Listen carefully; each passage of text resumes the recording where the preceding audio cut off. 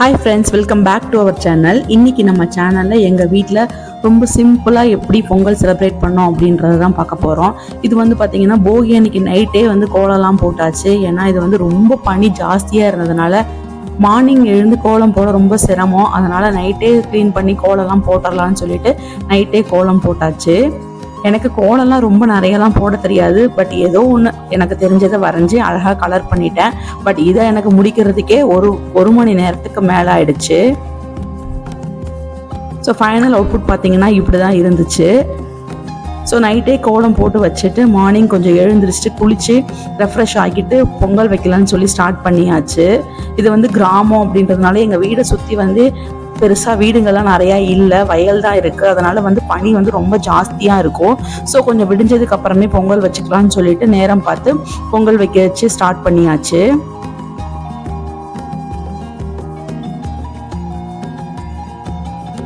சில்லுன்னு பனியும் பெஞ்சிட்டு இருந்துச்சு. லைட்டாக சூரியன் வெளிச்சத்தோட இந்த பேர்ட்ஸோட சத்தத்தோட ரொம்ப பார்க்கவே மார்னிங் வந்து ரொம்ப ப்ளசண்ட்டாக இருந்துச்சு. இந்த குட்டி கோலம் தான் வந்து பொங்கல் வைக்கிற இடத்துல போட்டிருந்தோம். மார்னிங் பார்த்தீங்கன்னா நான் போட்ட கோலம் இப்படி தான் இருந்துச்சு. ஓரளவுக்கு நல்லாவே இருந்துச்சு. பட்டர்ஃப்ளை மட்டும்தான் கொஞ்சம் ஷேப் மாறின மாதிரி இருந்துச்சு. தூரத்துலேருந்து பார்க்கும்போது இன்னுமே நல்லா இருந்துச்சு.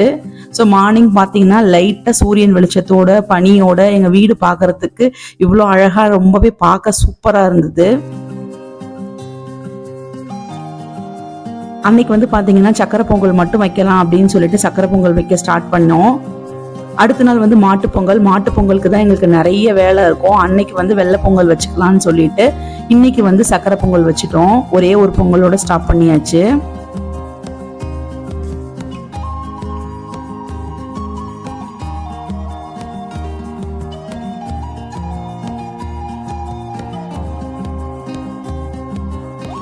ஃபைனலாக பொங்கலும் எனக்கு தெரிஞ்ச மாதிரி வச்சேன். பட் டேஸ்ட் ரொம்பவே நல்லா வந்திருந்தது.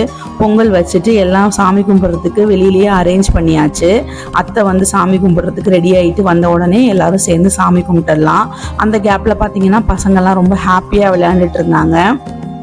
பொங்கலுக்கு வந்து 4 நாள் லீவு கிடைக்குதுன்னு ஒரு பக்கம் சந்தோஷமும் படலாம். பட் அன்னைக்கு ஃபுல்லாக வேலை இருக்குதுன்னு நினச்சா கொஞ்சம் வருத்தமாக தான் இருக்கும். பட் பரவாயில்ல, வருஷத்தில் ஒரு நாள் எல்லா வேலையும் செஞ்சு ஹாப்பியாக பொங்கல் போச்சு.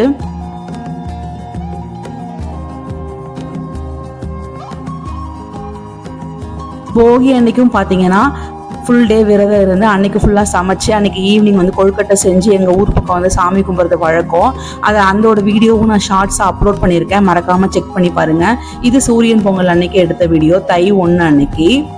நெக்ஸ்ட் பிளாக் வந்து மாட்டு பொங்கல் அன்னைக்கு எடுத்ததை நான் பெரிய பிளாகாக ஷேர் பண்ணுறேன். அது வந்து ப்ரொசீஜர் வந்து ரொம்ப ஜாஸ்தி. மதியம் 1 மணிக்கு நாங்கள் வேலை ஆரம்பித்து சாமி கும்பிடும் போது ஈவினிங் 7 மணி ஆயிடுச்சு. இப்படி தான் பொங்கல் வந்து எங்களுக்கு கொஞ்சம் ஒர்க்கோட, கிராமத்தில் இருக்க மோஸ்ட்லி எல்லாத்துக்குமே இந்த மாதிரி நிறைய வேலை இருக்கும் பொங்கல்னா. இப்படி தான் எங்களுக்கும் பொங்கல் போச்சு. உங்களுக்கு பொங்கல் எப்படி போச்சுன்றதை மறக்காமல் கமெண்ட்ஸில் சொல்லுங்கள். நாளைக்கு இன்னொரு vlogல பார்க்கலாம். மறக்காம சேனலை சப்ஸ்கிரைப் பண்ணிக்கோங்க. கண்டிப்பா கமெண்ட் பண்ணுங்க, லைக் பண்ணுங்க. பாய்.